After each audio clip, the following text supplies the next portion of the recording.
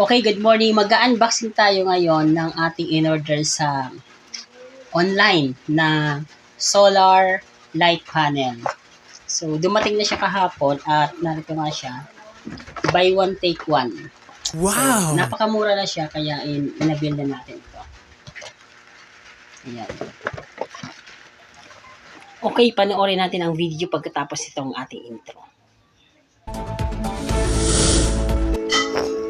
Magandang araw sa ating mga taga-subaybay. Ako po si Randy. At ito ang Flyers. Wow!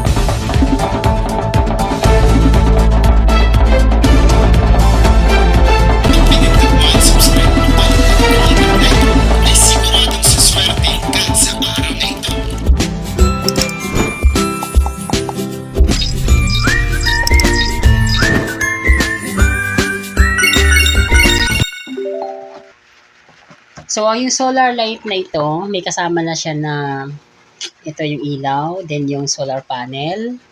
Tapos may kasama itong remote para na-on and off mo yung ilaw. And then, meron siyang kasamang cord. So, bubuksan natin. So, ang napakaganda nga nito dahil ito ay buy one, take one. Wow! So, sa box muna tayong base. Nakalagay dito is yung long life niya, ang oras niya is 50,000.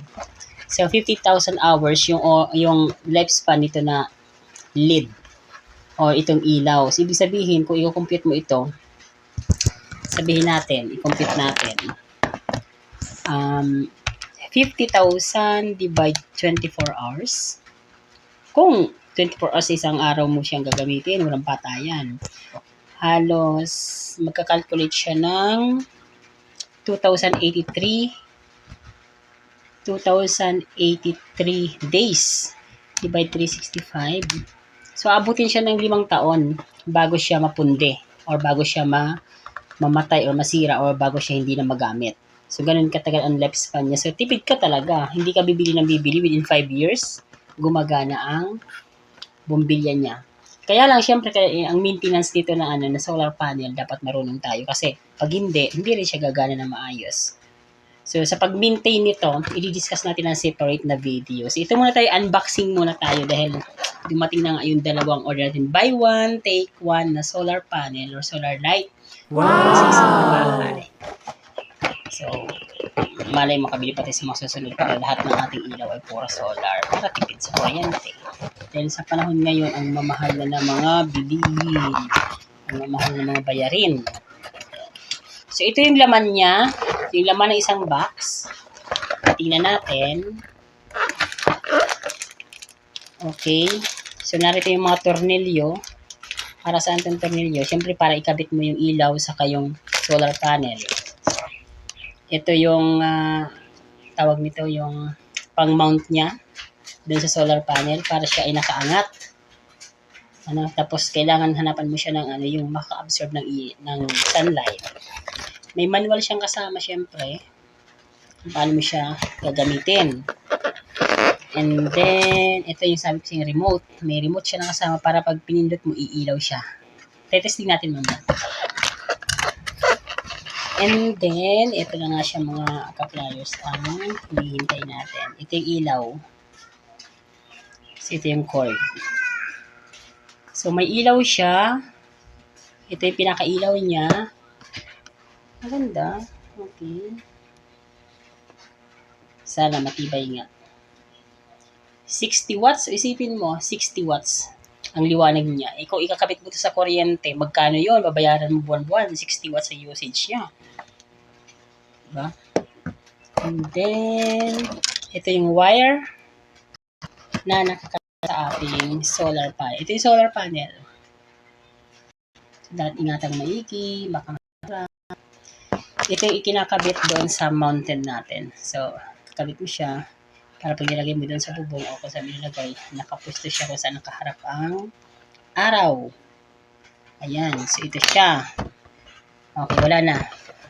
Ito naman niya. Testing natin. Testing. Ito yung solar panel. Ito yung ilaw. Ikabit muna natin. Let's try. Let's try and try.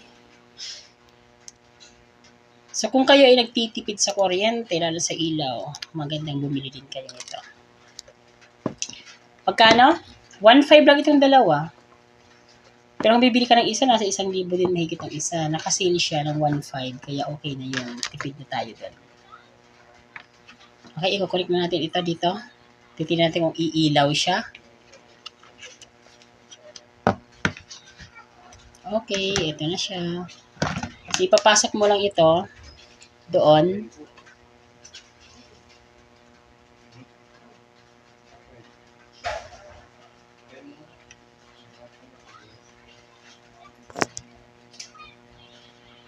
Tapos ilalak mo siya. Ito, ilak naman siya para hindi matanggal yung pagkakadugtong.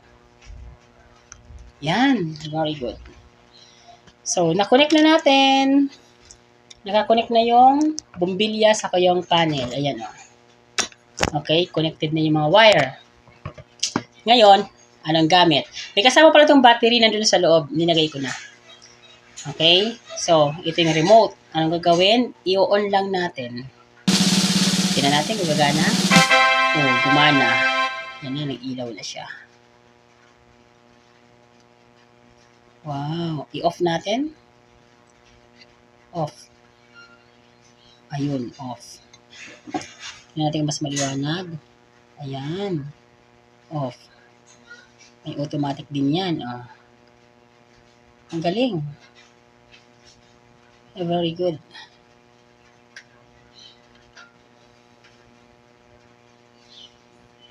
Maliwanag na siya. Ang liwanag. Lalo kung madilim. May ilaw kasi tayo dun sa taas kaya medyo hindi mo ramdam yung liwanag na dala niya. Saan natin sample. Sa likod ko. Maliwanag.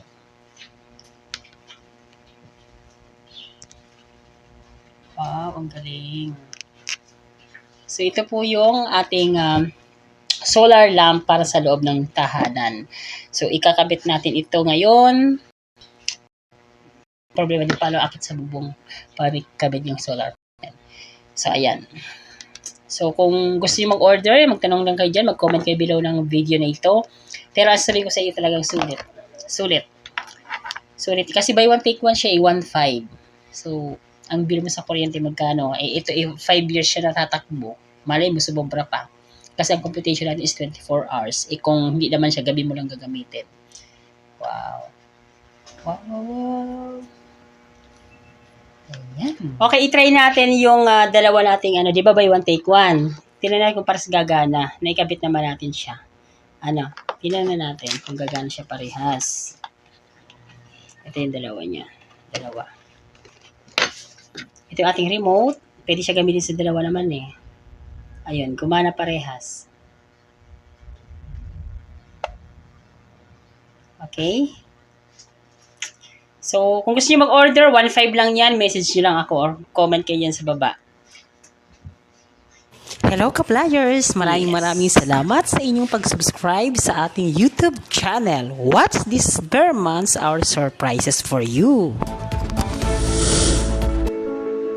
Magandang araw sa ating mga taga-subaybay. Ako po si Randy.